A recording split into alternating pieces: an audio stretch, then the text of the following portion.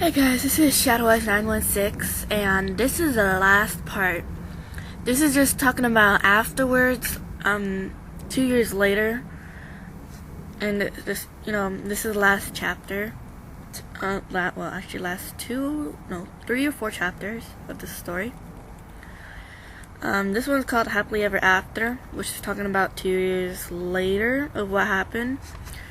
And, so if you guys been reading, it's been so awesome. This story is a lot better than the ones I've read so far. And, of course, this is the one that made me laugh the most and kind of felt sad for main parts of the story. It's been a really good story, like I said, and now it's time for the end, showing like the happy ending. So get ready for the happy parts, and yeah, here's the ending. 2 years later. It's been 2 years since the last incident, and every single day I would visit his grave spot and place flowers in the area as respect. And as much as it was in the past, I hurt just a bit when I got there. But I learned to grow, get stronger day by day. And I would smile when I saw the grave, knowing that this was what I had of him. Then I would visit my friends like Michael and them every once in a while and keep in contact with them. Though strangely, the day after they brought Clark to the hospital, his body and his family disappeared. No funeral to be held in his honor. They just packed up and left. And the shadow hunter wars have calmed down. Sorry guys, I'm back outside. I have nowhere else to be quiet, so I have to be here. So yeah, sorry for the noise again. Mainly because they cannot find us and have simply given utmost hope. Though some are still fighting as hard as they did first time they heard about us. The president is still having them search for us, but he knows he won't be able to catch us.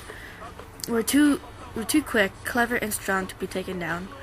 Jay and Tailsdaw and Enderman are good friends with us. They refuse to be in our presence, and I could really care less at this point, especially after his multiple attacks on us.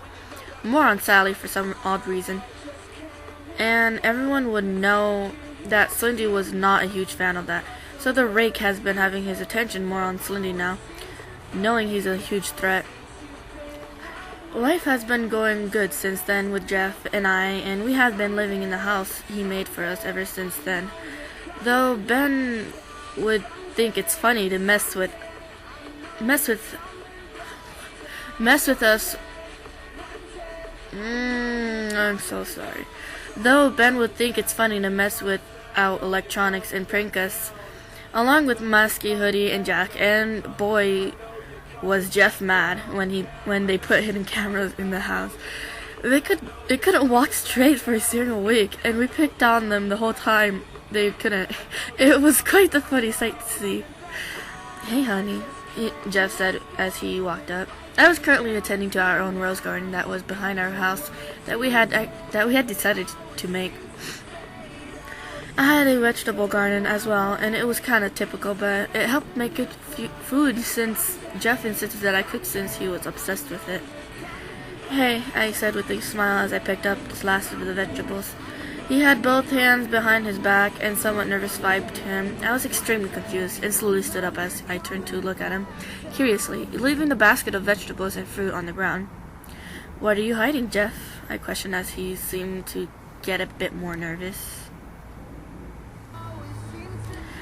I'm gonna read this sentence again. What are you hiding, Jeff? I questioned as he seemed to get a bit more nervous. He didn't say anything and got a bit closer to me. Close your eyes, he told me. I cocked my head to the side a bit and furrowed my eyebrows, but I did what he said and closed my eyes, causing my heart to beat so fast and so furious that I too began to get extremely nervous.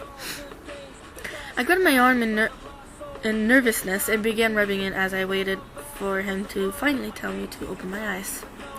Okay, now open, he said as it seemed as if he were breathing heavily, and I slowly did, and gasped at what was before me. Jeff's point of view. I was nervous, I couldn't help but shake. I was so nervous I couldn't help but shake from it. I'm sure I was sweating insanely at this point, and it was probably messing with my jacket. I had washed it just for this. When her eyes opened, she widened them and gasped, a small smile on her face. I was holding a beautiful red rose for her, and she looked down at what was on it. Oh. Will you marry me? I asked as she looked like she was going to cry. Oh, that's sweet. That's cool. Awesome. Next chapter. Epilogue, I think it's called. And this is so pretty. I love this part. It's so cool. Get ready for this nice chapter. Here we go. I thought I was going to cry. My lace dress trailed behind me as I made my way to the altar. It scooped in the back and fit my body perfectly. My hair had white water lilies in it as it was pushed to one side of my head, forming what would look like a waterfall. He stood there with his artificial and true smile on his white face, another tuxedo of his as his outfit, and it made the event even more real. You look beautiful, he whispered. I blushed, and I could tell one tear went down my neck, my cheek. And we began saying our vows, Slendy being our preacher. As he finished his last words of his vow, Slendy stepped back a bit and said the words that I was waiting to hear. You may kiss the bride. And just slowly took my cheek and brought my face to his, beginning our life as husband and wife.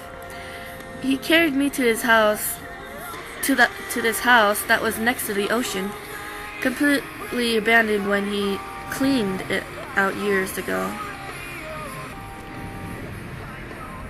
But he managed to fix it up for us when we came here for our honeymoon. Oh, this is lovely, I said as I walked around the house. I was hoping you liked it. I cleaned it up since the day you said it yes, he said, with a triumphant grin. Well, that was very sweet of you, I said as I went over and placed a kiss on his cheek. Don't forget what I'm only like that for you.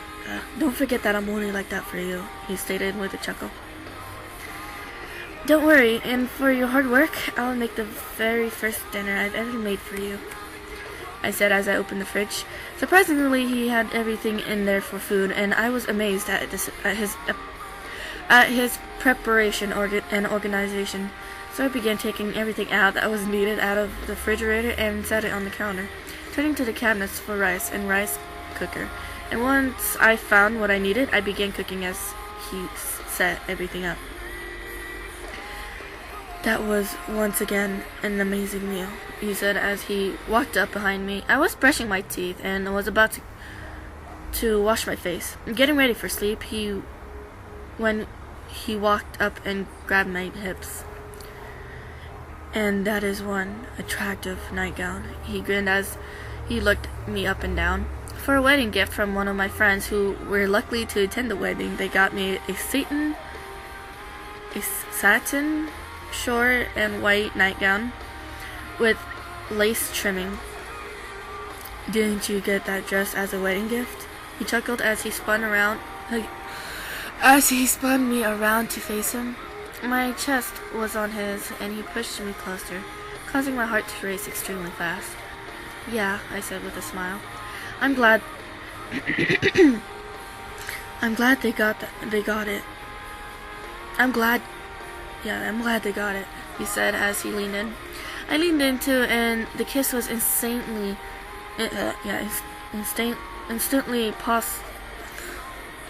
I leaned in too, and the kiss was insanely passionate and steamy. His hands went up my smooth legs and stopped, lifting me up for him to support me on top of him. He set me on top of the bathroom counter and he continued kissing me strongly.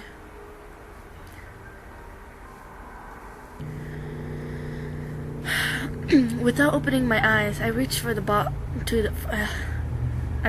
bathroom light and flicked it off. He supported me once more and picked me up, carrying me to the bathroom that was hidden behind my closed eyes. I am so sorry, guys. Okay, continuing. He set me down on the soft, luxurious bed, and I opened my eyes to see it completely dark out. The room only lit with candles. You planned this out, didn't you? I panted with a cute smile. He grinned and leaned in again, him completely on top of me and pinning me down with his body.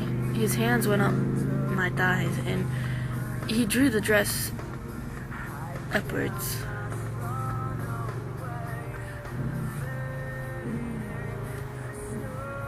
Soon showing my lower half that had white lace underwear and my belly.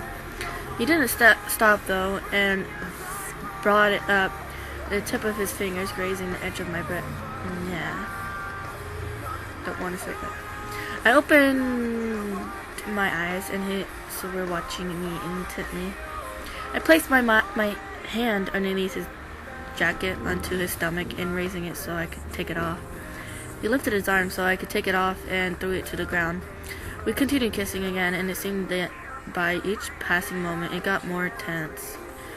He put his hands on the side of my body and lifted me up a bit so we were upright, his hands still on my knees. On my sides.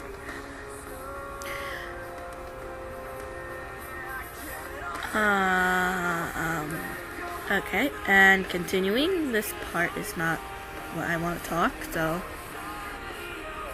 hold on. Let me skip some sentences and I will be right back.